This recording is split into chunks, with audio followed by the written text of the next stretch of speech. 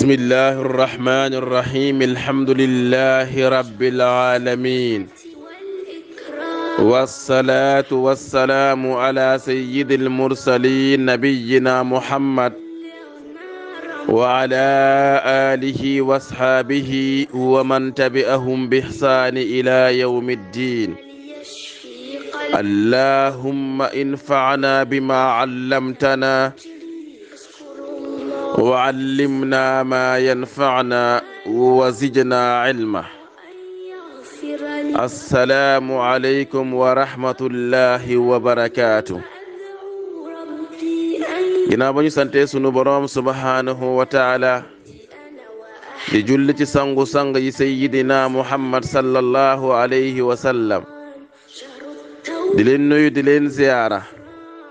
di ñaan buur bi yàlla mu defal ñu jàmmi aduna ak yu àllaaxira defal ko képp kuy julit di ñaan borom bi mu nangul ñu suñuy koor nangul ñu suñuy jaamu yàlla te jéggal ñu suñuy rëcc-rëcc. mbokk yi tey ñu war a jël xadiis abi hurayra mu ñuy jàngal ne yàlla li mu gën a bëgg ci jaamam mooy li mu farataal ci moom.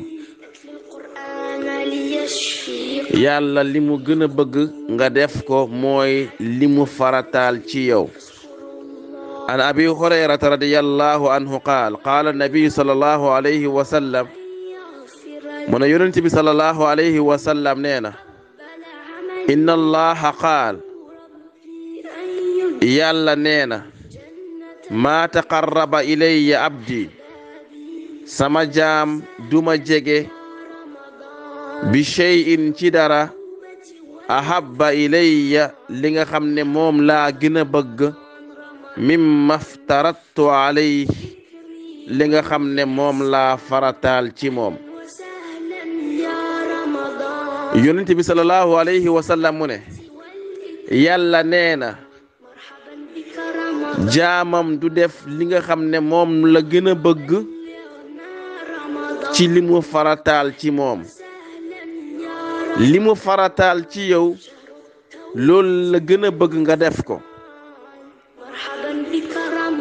julli farata yi moo ko gënal julli naafila yi. da ngay gis koo xam ne laylatul qadr su ñëwee mu fanaane naafila te soo demee julli wul woon gee walla sax ba muy julli gee julli wu ko ak mbooloo mi te kooku sax moom moo tane am na ñoo xam ne sax timis julli wuñ ko. da nga xam ne naafila da nga cee libre su la neexee nga def su la neexul nga bàyyi. li doy waar mooy seytaane day ñëw sooy naafila mu rafetal say naafila nga rafetal ko lool noo xam ne doo ko rafetal say faratas. sooy julli farata doo rafetal noonu say julli. rawatina ki nga xam ne dafay julli guddi dafay naafila guddi waaye moom su ñëwee war a julli farata yi da koy gaawantu taf-tafee ko pare ci. julli gi soo koy def moom farata ci nga bëri lool loo ci xalaat sa xel di dem fu ne ndax seytaane loolu moom moo koy def. moo lay rafetalal say naafila kon sooy rafetal say naafila na nga rafetal tamit noonu say farata ndax kat yàlla farata yi moo ko gënal. léeg-léeg nga gis kuy naafila koor naafila koor yi léeg-léeg ngay gis jàkka yi naafila koor dafay fees dell te nag soo fa demee timis ay ñaari nit ba ñett nga fay fekk loolu mbokk du noonu yàlla li mu gën a bëgg mooy farata yi léeg-léeg nga gis koo xam ne dafay fanaane laylatul qadar te su fajar jotee du julli fajar yow kon danga réere sa diine yàlla li ko gënal mooy soo doon fanaane julli te julli woo fajar xamal ne li nga def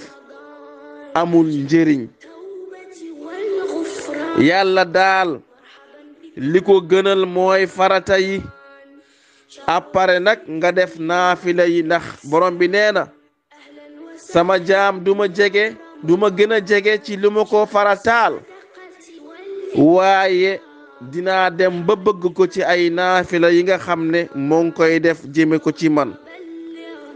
kon di ñaan suñu borom subhanahu wa taala mu may ñu am ngëm ci li nga xam ne moom la ñu dig ci laylatul qadar waaye tamit ñu am ci yaakaar